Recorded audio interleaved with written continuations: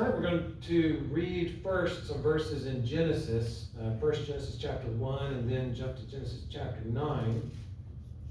And like I said last time I was here, each week where we talk about the history of racial issues in our country, in Christianity, how the Bible has been used for better and for worse kind of ways, how people have used different Bible passages for good ways or for bad ways.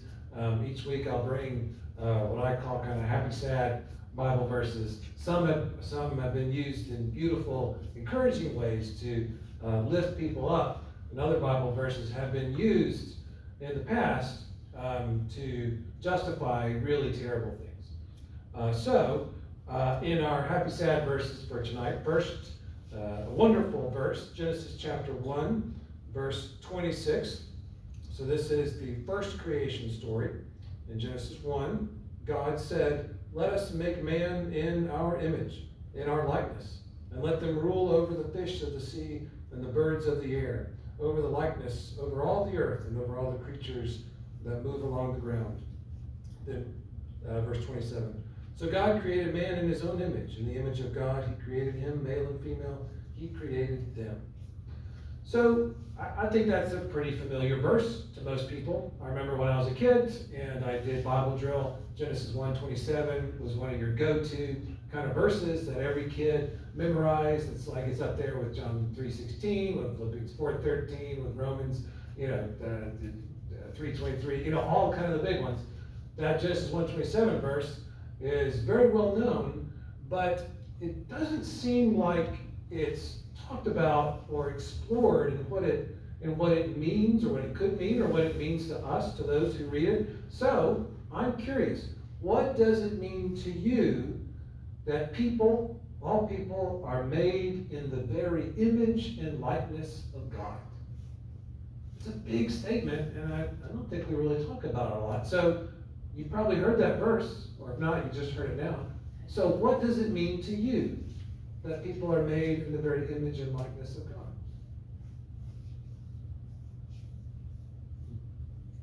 We all belong to him, and he is no respecter of persons. Ms. Wilma said, we all belong to God, and God has no, she said, preference or respect for one person over another. Mm-hmm. Yeah. We're the one that creates the divide, not him. That's true. That's true. And that's one of the beauties of the creation stories, is how beautiful, God's plan for creation was. And then, a lot of the rest of the Bible, especially the Old Testament, is how humans bring the divisions and the mine, not yours, and the us versus them. Yeah. What else? What do you think that verse means? What does it mean to you? Either about you or about other people? Made in the image of God. Does that mean God looks like us? Does God have glasses and gray hairs? Freckles? I think he's talking more about what we are rather than what we look like. Oh yeah? How so? And also whether or not they are paying attention to what God's telling them, as opposed to, oh, I'd rather go do this. So it's more about who we are, what we are, not what we look like.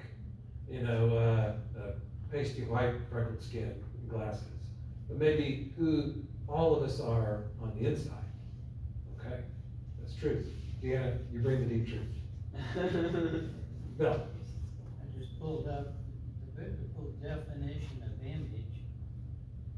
It's translated from the Hebrew, and it means shape, resemblance, figure, shadow. There's nothing abstract in it. Interesting. Shadow. That's interesting. That's interesting. That's kind of a beautiful idea that we are, somehow the shadow of God. Like obviously not exactly like the source, but that the shape, maybe. And if we are, I haven't thought of this till right now, if we are kind of like the shadow of God's presence, then wherever we are, if we are being who we're supposed to be, then we can show by where we are the presence of God. Because if you see a shadow, if you see a person's shadow, you know, well, there's a person around here somewhere. And when the shadow moves, you know, well, that person must be doing something. They must be up to something. I think it's a big challenge to always be expected to be a shadow of God. Yeah. And to be like Him. Yeah. That's a huge standard set to achieve and maintain. Yeah, and I wonder if that's why, at least when I was growing up, we didn't really talk about it or hear about it. I didn't hear many sermons about it, because it really does call us to a holy standard. So that's why I was going to ask, like, what does it mean? Do you ever think of yourself? You know, we read those verses and think about all people. Yeah, sure, all the people. But that means you too. Scary. What do you mean? Well, to think that I'm supposed to be like God is frightening. Well, I wonder, it's not that you are supposed to be like God. You just are. And there's not kind of any supposing about it. It just says we were made in God's image. And maybe like Wilma said, we're the ones that mess it up or dirty it up, dirty that image. Block that shadow. Yeah. We put a lot of effort into mess it up. Yeah. Yeah. It's like the harder we work, the more it's like, what kind of trouble can we stir up here? Yeah. Yeah. Well, I encourage you to be thinking about that, you know, we're all made in the image of God. That means you. So what does it mean for you when you look in the mirror? And remember, it's not the outside part, it's the inside part. So in what ways have, in the past, people ignored those Bible verses, ignored that truth, or forgotten it? What are ways that humans have dirtied up? We find it very, very easy to love the lovely, but it's a little bit harder to love the unlovely. So God has commanded us, Yeah, and that's where we get our blessing, is where we love the unlovely. yeah, yeah. It's easy to love the lovely, but we often give in to the temptation to take the easy way out and not love the unlovely, because we're so worldly or just of the flesh by our nature, how we start. We get so focused on the outside, or you know what kind of clothes they're wearing, or how nice they're dressed or not, or maybe skin color, that's what we're talking about in this series, or not, or this or that, how they are presented, how we perceive them visually. We just get so distracted, and we just forget that it doesn't matter what the outside is. Well, I mean, it does. But what matters the most, the biggest truth, is that every person, because that was, before this story, it's the first thing. Like when the persons arrive on the scene, boom, they're already in the image of God. That's the biggest truth that we need to remember. So we'll be kind of coming back to that as we go through this series as well. But I encourage you to remind yourself that you were made in the image of God. So don't mess it up. Just kidding. Okay, so here are some Bible verses that have been used to justify bad thoughts and when I say bad, I mean harmful thoughts and harmful actions. So in Genesis chapter 9, verses 18 through 27, this is the end of the story of Noah and the ark. This is after Noah's built the ark, after the floods. It rained and poured for 40 days. They come out of the ark. This is after that. So here's Genesis 9, 18 through 27. The sons of Noah who came out of the ark were Shem, Ham, and Japheth. Ham was the father of Canaan. These were the 3 sons of Noah, and from them came the people who were scattered over the earth. Noah, a man of the soil, proceeded to plant a vineyard. When he drank some of its wine, he became drunk and lay uncovered inside his tent. Ham, the father of Canaan, saw his father's nakedness and told his 2 brothers outside. But Shem and Japheth took a garment and laid it across their shoulders. Then they walked in backwards and covered their father's nakedness. Their faces were turned the other way so that they would not see their father's nakedness. When Noah awoke from his wine and found out what his youngest son had done to him, he said, "Cursed be Canaan, the lowest of slaves will he be to his brothers." Noah also said, "Blessed be the Lord, the God of Shem. May Canaan be the slave of Shem. May God extend the territory of Japheth. May Japheth live in the tents of Shem, and may Canaan be his slave."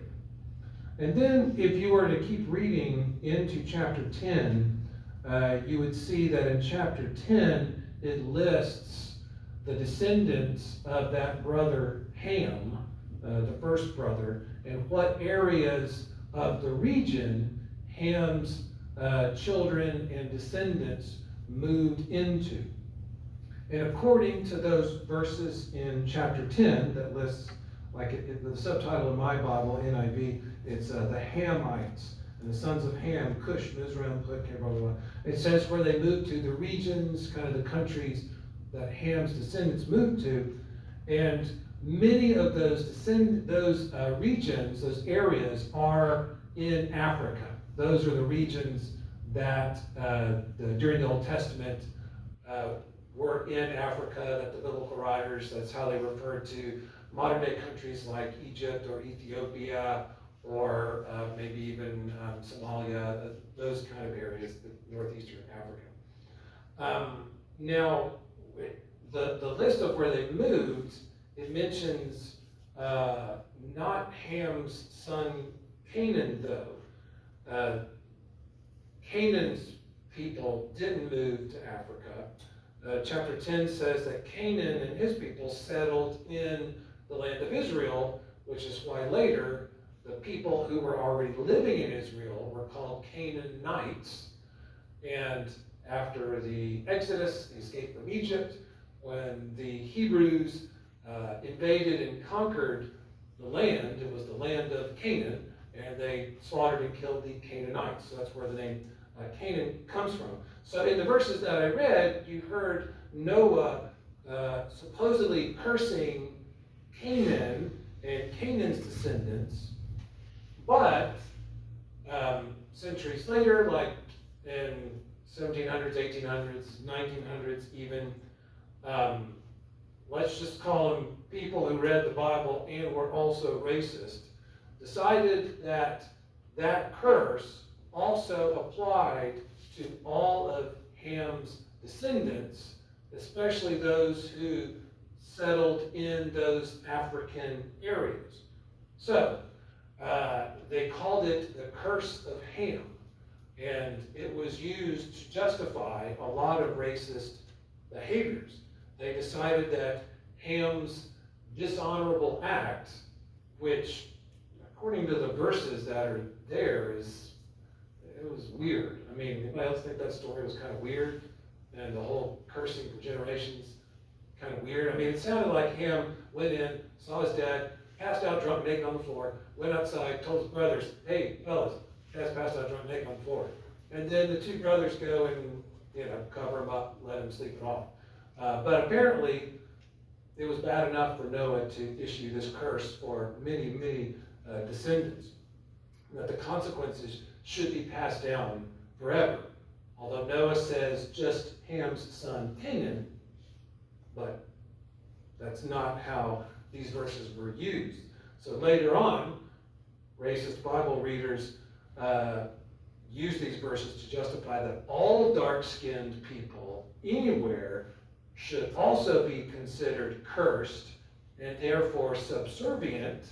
You heard the curse of like being slaves to your other brothers in those verses. So therefore it was okay to degrade them and to see them as less than human. This passage was used to stigmatize black people as social deviants, not as human as the rest of the population, as miscreants. Has anyone heard that phrase, the curse of Ham, before?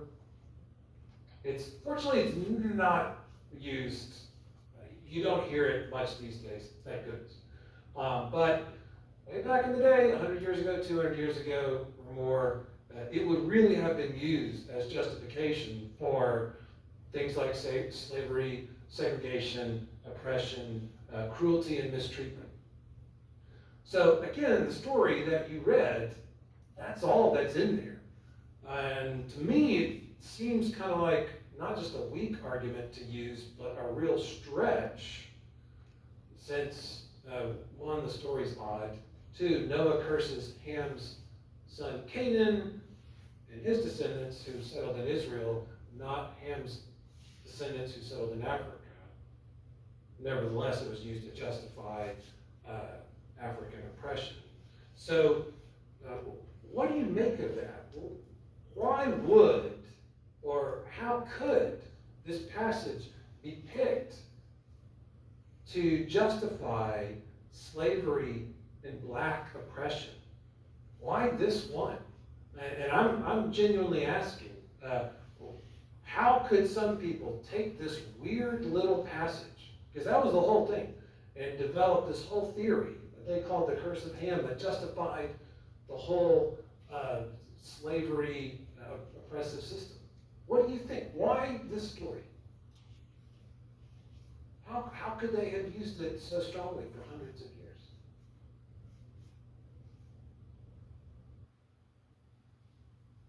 I mean, am I the only person that thinks it's weird? I thought it was weird. Okay. Weird story, weird justification. In a few weeks later on, I'll try and find some historical sermons that Baptist preachers delivered in like the 1850s and 60s in the South, where they did justify black oppression, slavery, and perhaps wouldn't be a surprise to me if this passage came up. I've heard that before. Yeah. And, my take on it personally is, that is one of the things that I don't understand. But I will just leave it alone, because I don't think that it makes a whole lot of difference in my life right now. Mm-hmm. But the thing that does make a difference in life is the scripture that says, love your neighbor as yourself. So, Yeah. I can understand that, so I'll take that and go with that one, and I'll wait until I'm in heaven. If it's important, then he will explain to me what that means. And I think that's a very fair and wise way to go, because Jesus gave us a very clear and direct command. And he said, here's a new command I am giving you. You all, if you want to follow me, you love your neighbor as yourself. That's very clear. And therefore it's easy for us to understand and remind ourselves to follow them. A challenge to do it all the time, certainly. But we get it. That one we can get. So, since that's one that we can get, I think that's a great idea to prioritize those direct commands from Jesus himself and say, okay, I'm going to make that one, I can understand that one. That's going to be the priority. And this other story that others have used to justify terrible, terrible things, I'm just going to let that go. Any other guesses or theories why this odd little story was used to justify? Why people would pick this one? Well, it happens every day What does? that we pick on other people or say Yeah. something bad about somebody because Yeah. they made a mistake, or they didn't know better. If it's a child that didn't know better, but another child knew better, they could pick on the other. I think that's part of it. And there are always people that will say mean things to try to knock you down Mm-hmm. so they can move up. And this Mhm. is just people, that's people in general. Yeah, I'm not talking about any one person. yeah, And I know that I have failed from time to time, but the Lord Yeah, yeah. And, yeah, I'm certainly not perfect by any means, but I do love the scriptures that say things like, trust in the Lord with all your heart. Don't lean to your own understanding. Acknowledge Him, not me. Yeah, I think you're right on, Deanna, and I think you're really getting to the heart of it, because it happens every day that people will pick on others, or push them around, or try and make others feel less than so they can feel better than. That is just, and I think you said it was very common with children, with kids, because it's a very childish thing to do. It's an immature thing to do. And I think that's it. I think it's just that kind of childish, immature tendency to try and make us the good, best ones, and anyone else who's different from us less than.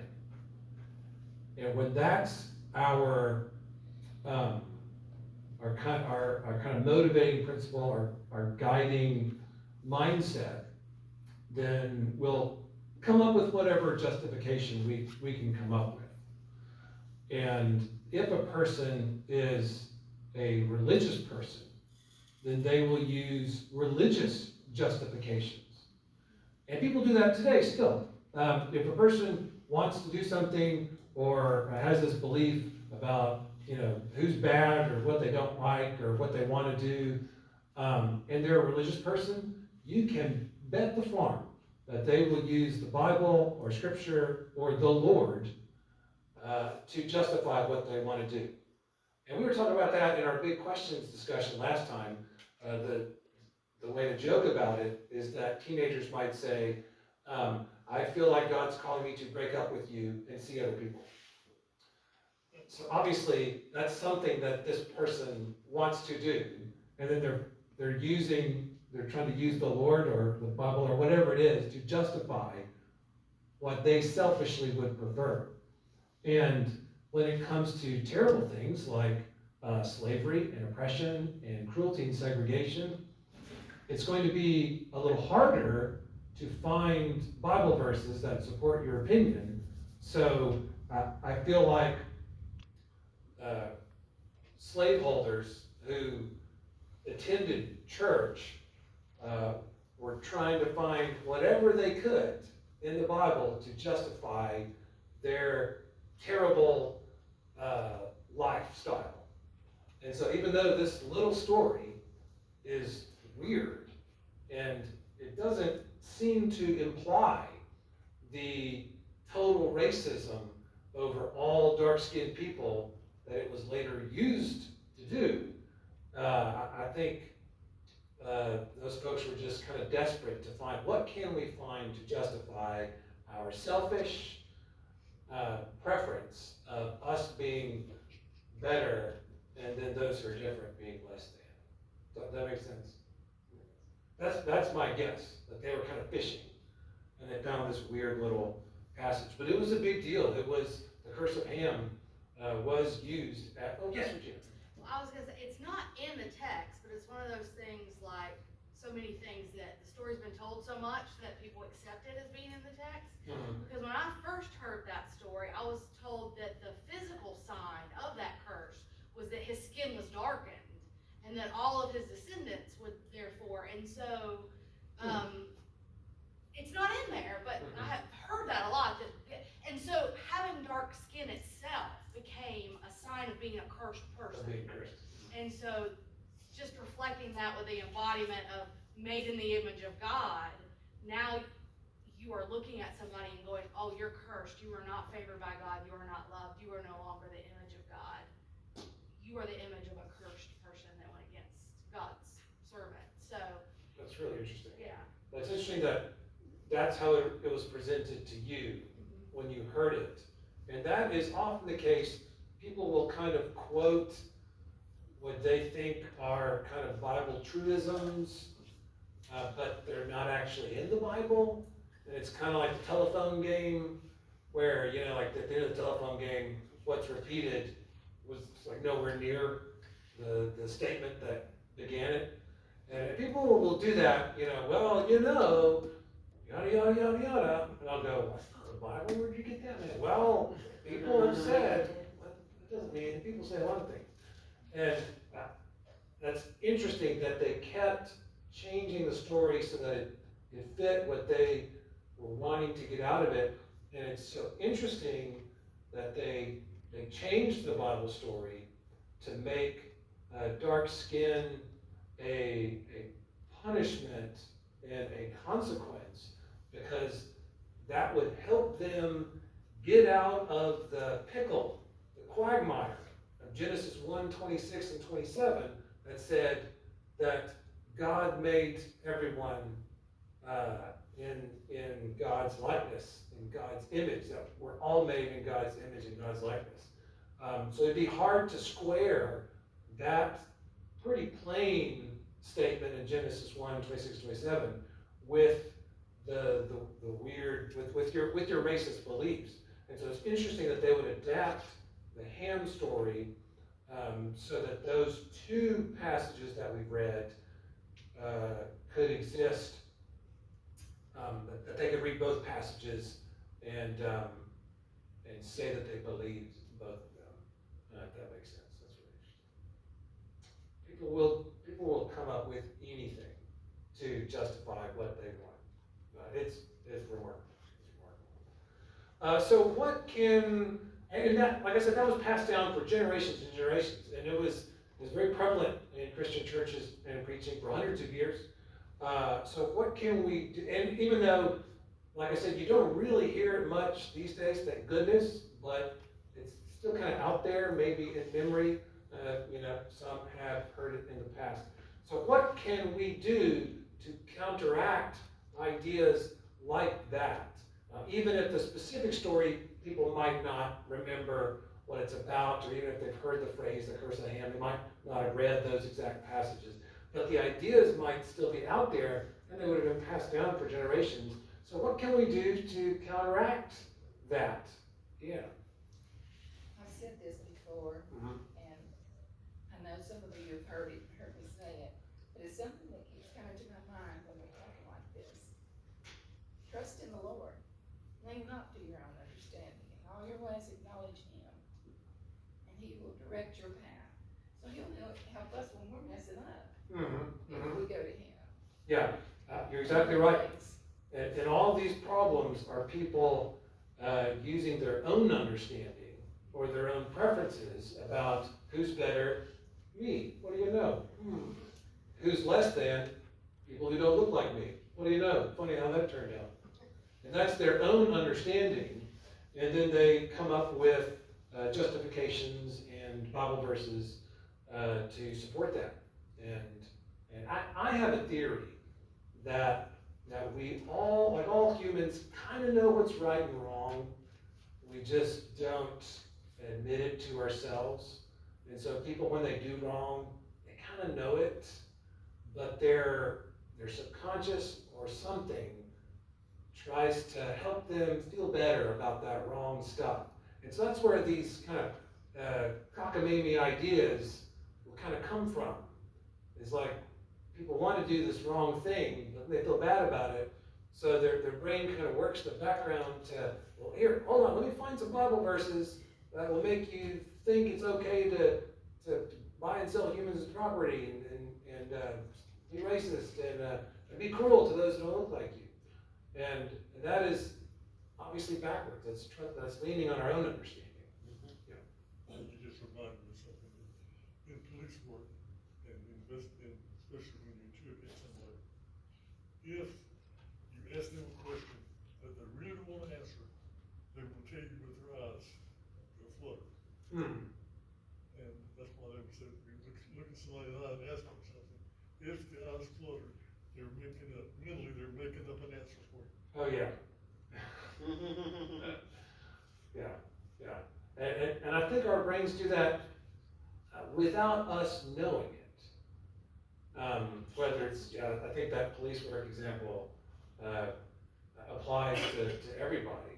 I think our brains will kind of work to help us feel better the bad thing that we've done or the bad mindset that we have. And somebody's brain somewhere must have read this story and thought, ooh, I can use that to justify being inhumanely cruel to men, women, and children. Let's use that. And again, this was, this is from the Bible. It's not atheists who were using this to justify racism. It was Christian people in the Christian church who were using this passage in the passages that we read 2 weeks ago. And what our discussion 2 weeks ago inspired me to think was that this was and still lingers now a little bit a Christian church problem.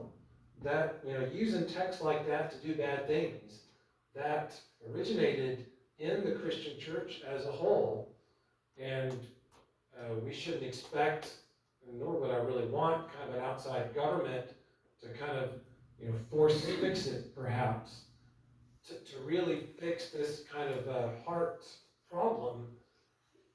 The growth needs to come from within inside the Christian church, and we've made good progress over the past 200 years. But I think there's a lot more progress to be made. And I think good Christians, good churches like ours, I'm going to put ours as one of the good churches, has to be one of those change agents to help the Christian church as a whole change itself from the inside, to purify itself, to purge all of those old tendencies. Even though I count our church as one of the good ones, so we might not hear bad stuff, like a better word. It's still out there in some churches and in the world.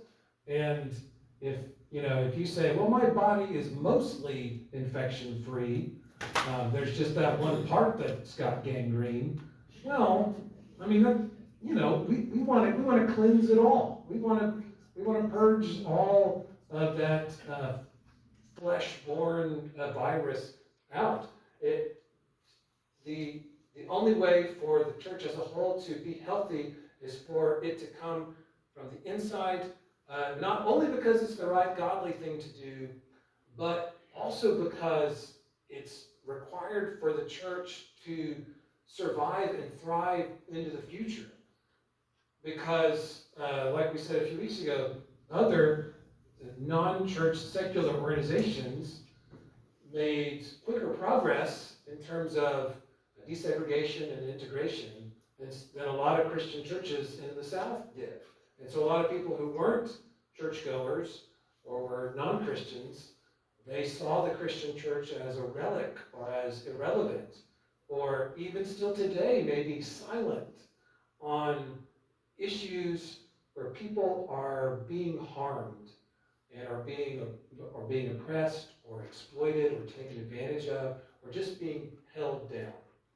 So even though it's true to say, I think we're a good church, it's tempting to kind of rest on those laurels and say, well, we're fine here, we're all good people, we don't have to worry about it. If we fail to be that healing antibacterial agent, antibiotic agent in the large body of Christ, then the infection is still there. We need to be the witnesses for Jesus' message of reconciliation and loving your neighbor as yourself, which is a really obvious and easy verse to understand. And if we don't do that, nobody else is, and we're failing the church, and we are dooming it as well, because we are letting it fail in its mission. And those who are outside, we can consider this a necessity for evangelism, for those who are outside, who are non-churchgoers,